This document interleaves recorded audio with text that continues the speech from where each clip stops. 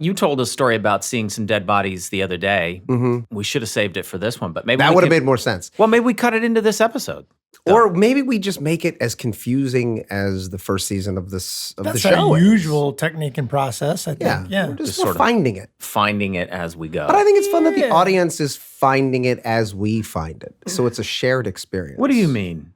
Well, I mean, they're seeing the creative process in action. Where it's like, hey, this doesn't work, right? But we're going to air it anyway because we want you to be a part of the process, listener.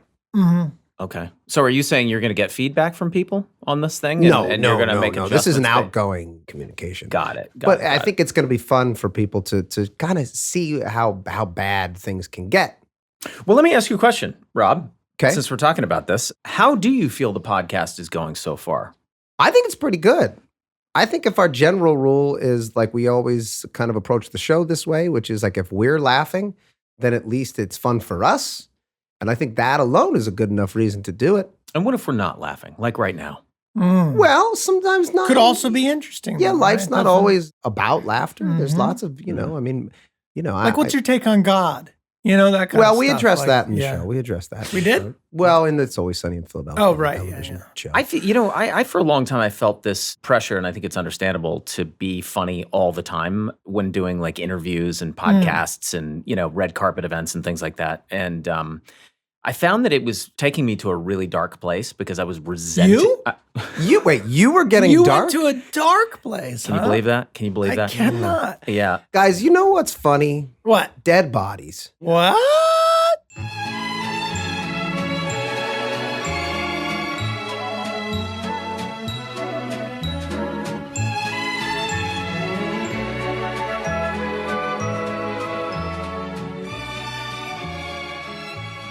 Now, in this episode, we found a dead body, and we started with a crack about Tom Brady. Now, at the time, it was 2005. Correct. And I believe we had just watched him, or I had just watched him beat the Eagles, and that would have made it 3 Super Bowls for Tom Brady in 2005. 3 already by 2005. Yeah. And I think we were making some sort of joke about how we were going to hurt him physically. Well, you were going to break his arm. Yes. And of course, then D, rightfully so, suggests that there's no way we could beat out Tom Brady. Tom Brady would beat the living crap out of all of us, especially me. And then either way, Tom Brady went on to win 3 more Super Bowls after that and play in 5, maybe 6. And he's played in about 10 AFC championships. I mean, the last Super Bowl there was, he won. Yeah. Rob had dinner with Tom Brady the other night. Yes. Now, that's where you've gotten to in life. And Did you really? You invited me, a kid from New England, and I declined. I didn't feel like going. What? He didn't want to go. I didn't want to go. Yeah. My wife did a commercial with Tom Brady in the early 2000s. I don't remember what it was for, some sort of credit card or something like that. I think you can find it online somewhere. I think we looked it up on YouTube once because I wanted to see that.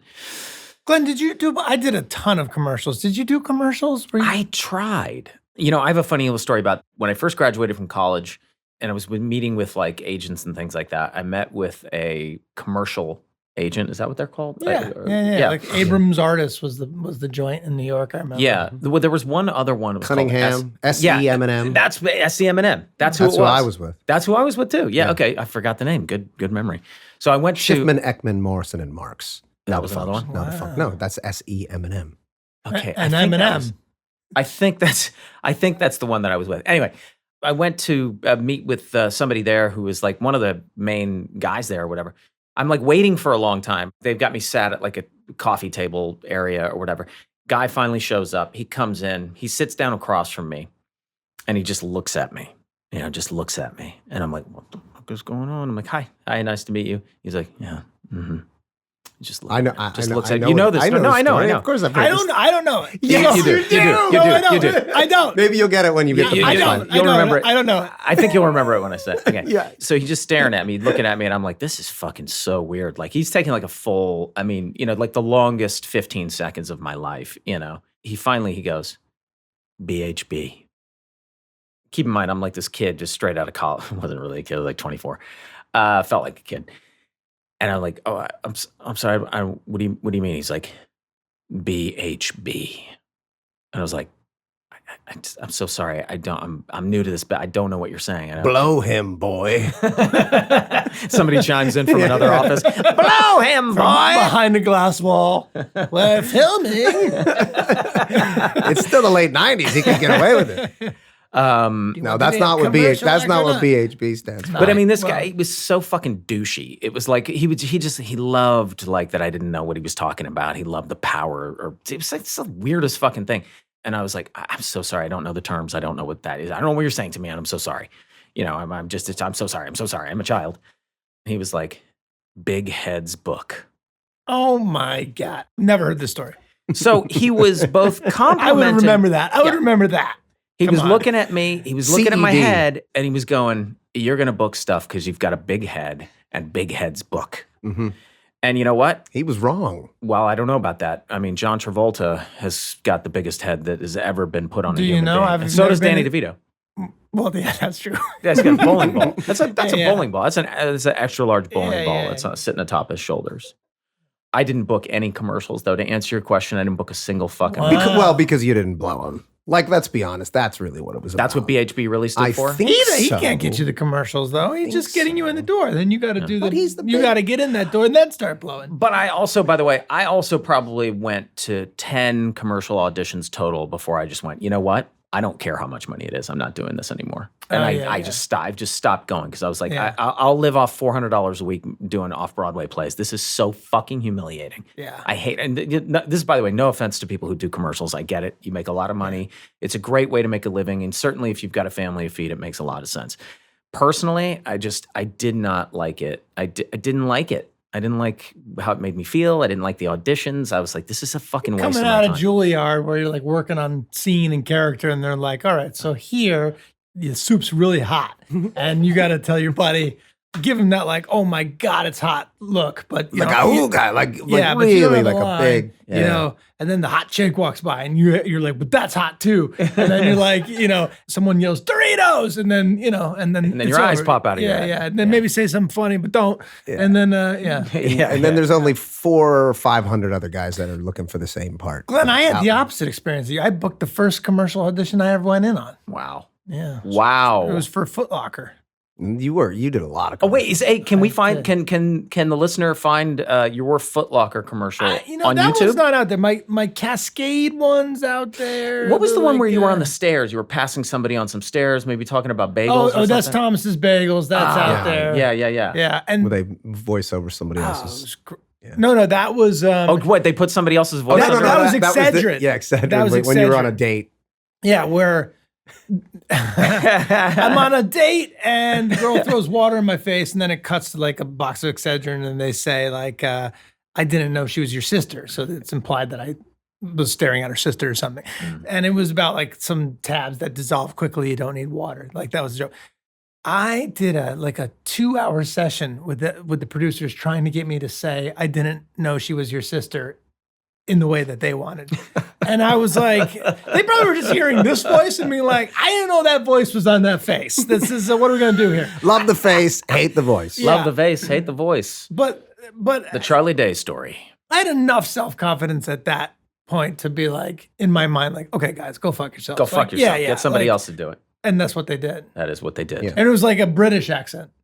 If I may, Charlie, you know, and look, you're still a very handsome man, but you were strikingly handsome as a young man. Well, truly, I don't understand why you cover it up with the beard all the time. Because whenever you shave, I'm always like, look at that fucking guy. I'll tell you what happened with the beard. Look at that jawline. Look at it. Very handsome, Charlie. Here's what happened with the beard. We were like, oh, it would be funny for the character to have the beard. Sure. Sonny, he's scraggly and he's, sloppy. He's not taking care of himself. He doesn't care about like a nice shave. And then we never stopped doing the show. Yeah. So then I would be between gigs and they were like, well, you might as well just keep the beard because then it's going to we're going to run back into Sunny. And then and then it was like, well, now if you take the beard off, it's going to frighten people and disappoint them. So I just kept the beard. But that's nice of you to say, Glenn. I did not feel strikingly handsome growing up. You've got a very all. handsome, very symmetrical face. Well, thank you. And I enjoy looking at it on a daily basis. And you know what? You also look good with a mustache. Women did not agree with you when I was in school. I find that hard to believe. I do too. Just I the think way maybe it you was. weren't picking up on it. Guys, we were young men, and they would flock to the two of you, and they'd be like, "There's that one. He doesn't seem neurotypical," and then they would just go like away. Well, maybe the fact that you are not neurotypical was Just neurotypical. I don't I'm know. sorry. I don't what that know. means. We don't know. But like the things like ADHD or whatever are going to like. I see. But maybe you weren't picking up on the social cues with No, the ladies who were. that is true. Okay. I needed a flashing green light I did. to try Yes, anything. fair. Yes, And so did I. I remember dating a Still girl do, in even with college my once wife. where I went on like 9 dates with her, and she's like, "Are you gonna kiss me?" I'm like, "Okay, so this is like, So you want that? so this is something you want." Okay, you want my lips to? All right, okay. Yeah, I was not. I was always the same way, Charlie. I'm so not like Dennis in that regard. I needed a big, as you said, flashing green go sign before I would ever make a move. But mostly because I was just so terrified of rejection. Terrified of ever having a moment in my life where I went to kiss a girl and she was like, "Oh, nope." Charlie tells a great story of that I actually did that once, happening. and that's kind that of really scarred you. It scarred you? It All right, did. what's that story? Yeah. What's that well, story? there was a girl and I liked her, and we had a flirtatious relationship, and I think it was probably early 20s, like 21, 22. Glenn's heard the story about Of course I have. Of course. And I think I asked Hornsby. I was like, "What's the deal? Do you think she likes me?" And Hornsby's like, "Just go, just try." And then there was like a little charged moment where I thought, okay, maybe this is enough. And then I tried to kiss her, and her face scrunched up like she just sucked like 900 lemons. And I was devastated. That's the worst. That's got to be the worst feeling. And in she the was world. very nice about it. She's like, "It's not you.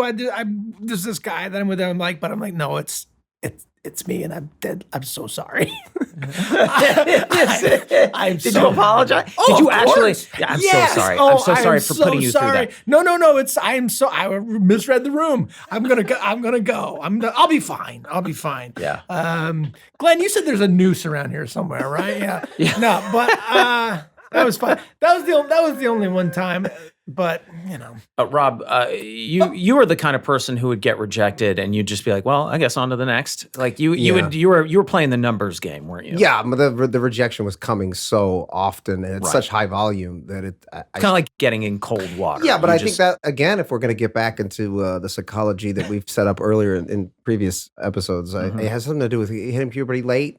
So you gotta just try, like you're 17, 16, 17, and all like the men, like the boys who are becoming men are the ones that are attractive to the women, not the 5'2" obnoxious one. Right. So I was trying, just doing my best to, But I mean, this was still the case well into your 20s. Yeah, because where- I took that with me, which was like, I didn't take it, even though I should have taken it personally, because it is quite personal to try to attract a woman and her to reject you. Right. But I would take the rejection, and then I would say, okay, thank you very much. And then I'd move on to the next rejection. I think that's good. Listen, on some level, I think that's very, very healthy. I think it's good to acclimate yourself. Go failure. after what you want and acclimate yourself to failure so that it doesn't completely destroy you and you still continue to pursue whatever it is that you're going. yeah, you're like a tick. Like the tick doesn't mind if someone flicks it across the room and picks it out of the hair. It goes in and finds other hair, and like You're like a tick, Rob. It also, I accepted that a long time ago. I've attached myself to you guys. Like you that's didn't true. even know and this. drained us dry. Yeah, I did it to Megan And too. no, I we mean, know I did this. it to my wife. We're well you aware. guys are aware of it. Hey guys, shut up. He's a human parasite. Hey guys, shut the hell up. Today's podcast is brought to you by air. 95% of air breathers survive. Breathe air. Get air in your mouth.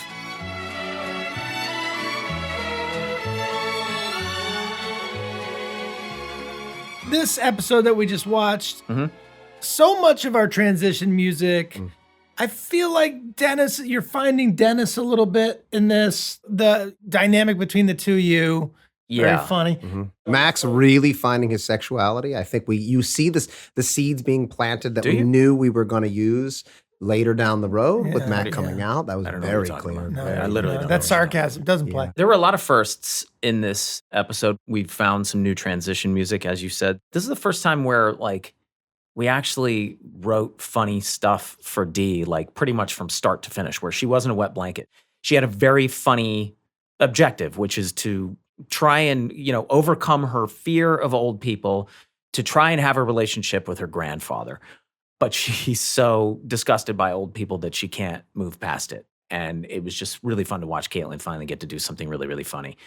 It's kind of like a defensive mode for her. I think we really kind of hit a stride with her when we made her go pure offensive. Oh, totally. Like, Yeah. you When we know. made her just as despicable as we are. Because you're right. Yeah. The comedy came from a much more of a reactive place than an active place. Also, the first time it feels like we have one of those scenes that we then went to the well and continue to go to the well because it's so fun, of the two characters sitting across from some authority figure. Right. Yes. And trying to do something ridiculous. Right. And what they're- You're talking about the museum curator. Yes. We're Yes. trying to sell Yeah. the Nazi uniform. Yes. Right. And profit off and it. that and, we, And not picking up on the cues and just sort of like barreling through it. And yeah. Yeah, and I think I'll bet you could go through our editing room and find we would always shoot, and I think we still do it from time to time, is shoot headers to those scenes because we're like already in the chairs generally, and the person is coming into their So own sorry office I'm to sit late. down. Yeah. So you had some, And so we usually Right. would shoot a scene. We definitely script it, and we'd shoot a scene basically talking about what we were going to do. The characters were like, okay, here's what we're going to do, and here's why we're going to do it. And then we didn't have enough experience to realize, like, well, why don't we just do it instead of talk about what we're going to do it? And yet we kept writing it and kept shooting it.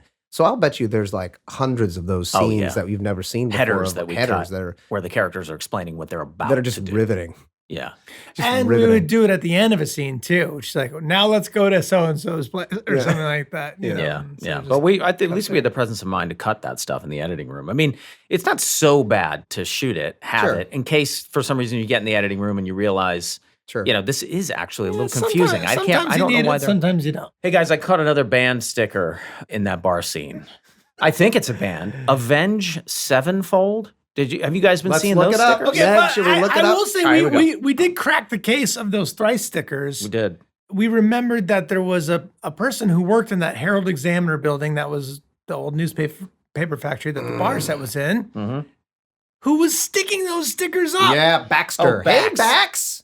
Bax, you son of a bitch. You had no right to do that. You had And no just right sort to of push your bombed- agenda on our audience. Pushed your thrice and backs agenda all over our show. Now, I will say that there is a system of checks and balance that balances that is in place for that, like say the art department, who might be Right. looking to see what's being. Did put we up have an on art t- department? I don't know. I bet there was a deal that was Pretty cut. bare bones. Yeah, deal Bax. was A deal that was cut. Yeah, and Bax money said, was "Hey, changing hands." Let me get these Yeah. stickers in Yeah. here and Yeah, a backroom Baxter Yeah, deal. I'll tell you, yeah. Backroom Baxter.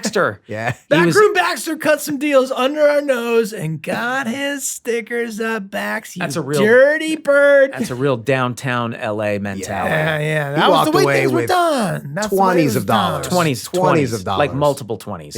Yeah. For that. He came in with a few things. He was like, "Can I kiss the lead actress?" They're like, "No." Right. Will you send me the extras to my trailer? No. Can I put the stickers up? Yeah.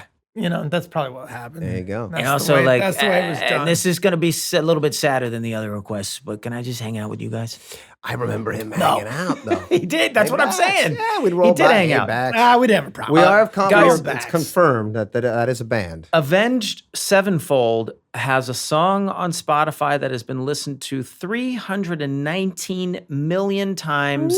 So, guys, we Bax, that's are the a lot of assholes. listening, pal. Bax has been Here we listening to go. that song like crazy. Yes. That's what I'm talking about.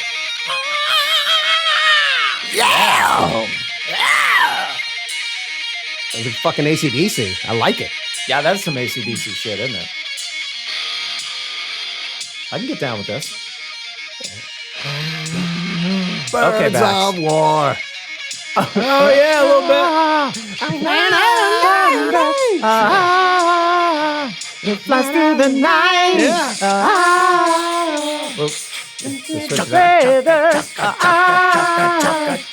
You see us fight. Okay, I guess How about some lyrics? it just sort of goes on and on like that for 15 fucking Well, minutes. Yeah, that's 300 million. 300 million people are like, I've yeah, enjoyed that. never-ending intro to a song.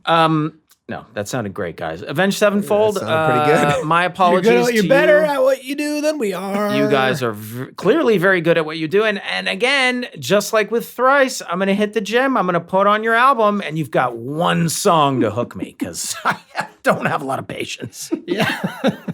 Get one song, guys.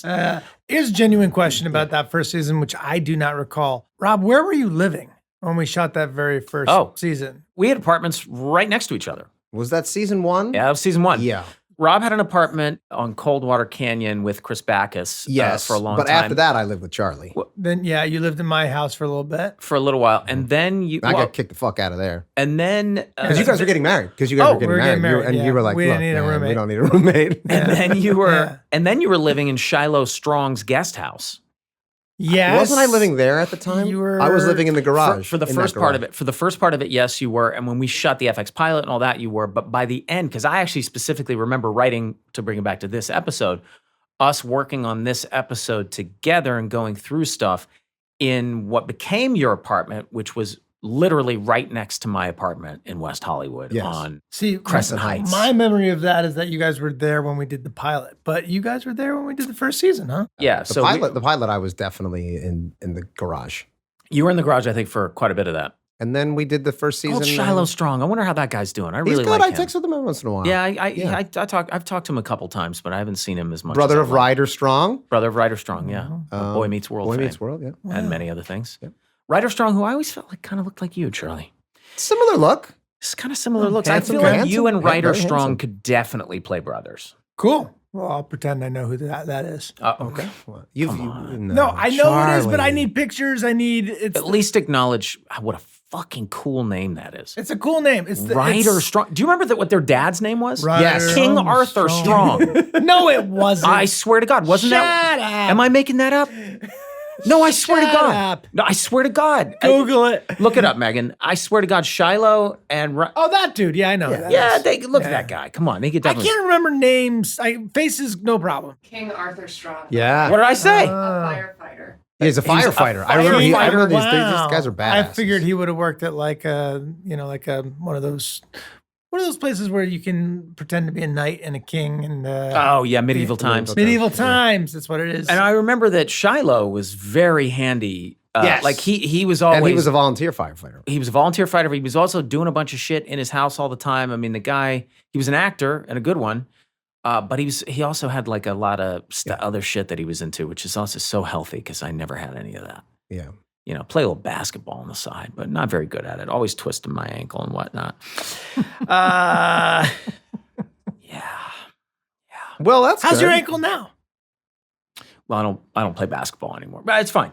It's fine. Yeah, it's fine. It healed, but it scarred me for a while. I was not aggressive on the basketball. Scared to take it to the hole. I was or- scared. Right, I was scared to bring it all the way to the hole. We would play that was like we did play basketball. Like Played a lot of weekly basketball. basis. You did roll your ankle one time. Were you there Oh yeah, I was for there. that one? Yeah. That was the big one that destroyed That was a me. bad one. Then That- you guys that got into racquetball for a little bit. We sure did. Well, because Oh, you could boy. play it at the Y. Yeah, we were editing. Well, we were I editing. had anger issues. You see, I had much more anger issues than you did. Buddy, you were I breaking. transferred. You were smashing racquetball rackets left and right. I It was You were really. so angry. It was hard to watch. You, God, it was you- so you angry. lost that. I kind of liked it. Though. Yeah, I lost it. I kinda liked it. lost What do you I was- attribute that to? Wild success and money? And Wait a minute, fame What are you and, talking Growing up.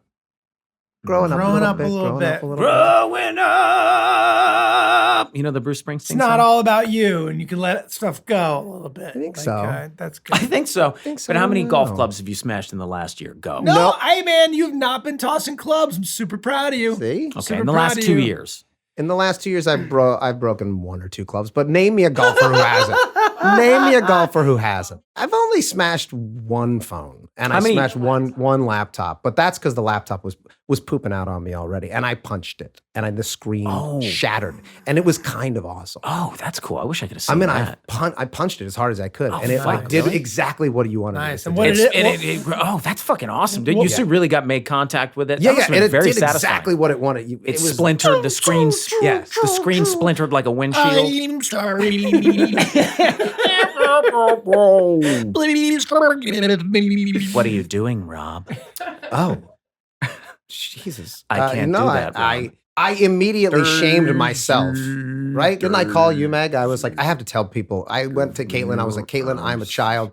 I can't believe I just did this. I'm 43 years old. I punched a computer, Yeah. and it was awesome. Sticking with this bit. What are you doing? Over the love of you. What am I doing, Rob?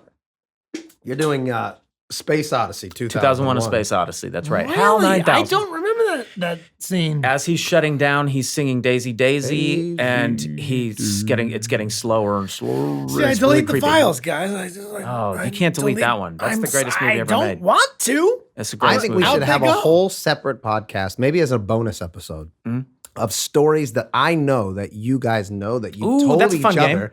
Well, you remember them all, though. I don't know why I do. Just name- I name one. Listen, Just what it you just want. happened today. No. I'd never heard that story. Well, that's the thing. You don't know what you don't remember.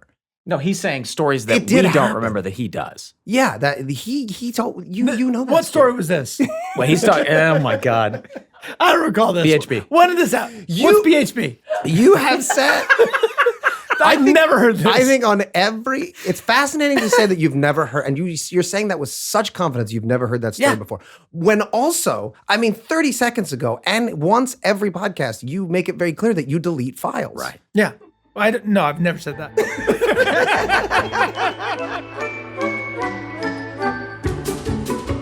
You know what I really love in that episode, guys? The moment where Sweet Dee throws up through her fingers. Oh, That's a very specific thing that anyone who's ever gotten a little too drunk or been a little too sick knows that thing of where you're like running to try to get to the fucking toilet on a time. You don't quite get there, so it just comes right through your fingers. You know, it's a funny thing when a good whenever we choice. do a scene like that, you got to put a little cream and mushroom soup in your mouth, and it's cold, and it actually really does make you feel like you're going to throw up. It makes you feel like you have a mouthful of throw up. Well, it depends on the kind of food you're used to eating. If you're used to eating a diet like I eat, it actually tastes pretty good. Is that 2 or 3 vomit scenes in this first season? And What was the other one? We decided not to the do kid Tommy, vomits. Oh, the Tommy, kid. Kid Tommy. vomits. Is there another one? Because I think we maybe even shot another one, and we were like, "Oh, this guy, guys, what are we doing?" Yeah, what are we here?" doing? We're the Yeah. vomit show. Yeah. We're the poopy, pee-pee, and vomit show. Yeah. But you know what? It's how certain people are going to label us no matter what we do. When people talk about life being like a simulation, it's all one big computer simulation, and it's not. Explain to me diarrhea. Like why? Like Why is that part of the simulation? Yeah, why does someone want to simulate that? What are they trying to study? They want to take you down a peg. What are they? Yeah, what are they trying The to get out of simulation that? needs to take you down a They're peg. like, so I was simulating Glenn the other day, and then I thought I'd have him run. So I gave him those stomach cramps, and he Is that ran the- to the bathroom. is that the computer programmer talking, or is that the computer? It's whoever's enjoying the simulation. It's the overlord who's actually Yeah, the created overlord. the- Yeah, so I gave Glenn diarrhea. Oh, you gave Glenn diarrhea? Well, I gave Johnny multiple diarrhea. overlords. Yeah. Well, yeah. It's not just one. person giving everyone diarrhea? Come on. No way, not possible, not possible. It's the stupidest thing. I got a question for you Oh, guys. I thought it was just sort of ending. Why, and this is for anyone really, but like, why do people want to see the dead bodies of their loved ones after they die? I understand that. Closure. You can't close without you. Like, I need to see the person that I loved dead and lifeless in order to close that chapter. Of my I life. Are you understand fucking both. I kidding me? understand both sides of that. Okay, talk to me. I get I find the whole thing so fucking morbid. Well, Well, yeah, so because often- death is involved. Yeah, and so No, that's not. No, I just. I mean that is the definition of morbid. That would be it, right? I know. Yeah. What were we gonna say? Somebody dies suddenly, and yes, your brain can accept the fact that that is life and death. And you need that final image of the dead body burned into your brain, so that's the thing you remember. Yes, even though That makes sense. You can recognize. You could. Well, that's what I mean. It's not an intellectual pursuit. It's an emotional one. I mean, Okay, so it's been a couple days. Your friend has died, and you're still so emotional that you're like, I want the last image of my friend or my loved one to be their lifeless fucking corpse. well, Glenn, Done up like a what a if you prom didn't queen. see them? What if Yeah, you that's didn't what I see mean. them? That's What what if I'm the saying. moment where You've seen them before. That's why you're at the funeral. You've seen them many times. They're your friend, your loved one. Yes. Okay, Glenn, we can cut this, but let's say your kid is missing. Okay. Your child is missing, Yes. and then you find out that your child is dead. Yeah. Do you not want to see No. the body? Absolutely not. No fucking way. Not in a million years. I No way. would say that takes a lot of discipline. I That's not understand discipline. Why do I want to Wow. see my kid's dead fucking body? Well, again, that seems horrible to me. yes, it is. I but don't want to think see that. I don't want to see that. Maybe I think the psychology sometimes is to know that it's real. You know, to be like I can't. This is such a shocking, I'll have tragic Jill look thing. at it. I'll Jill look at it. You put her through it. She likes that kind of thing. Cut this. Cut that. No, seriously, cut that shit. Yeah. That's We'll be out before you start talking about it. Yeah. Yeah, let's do that. we've done it. We'll be Right? out for that. We've We done did it. the Did we thing. do it earlier? Yeah, we've done the thing. Yeah. Okay, love you guys. Bye.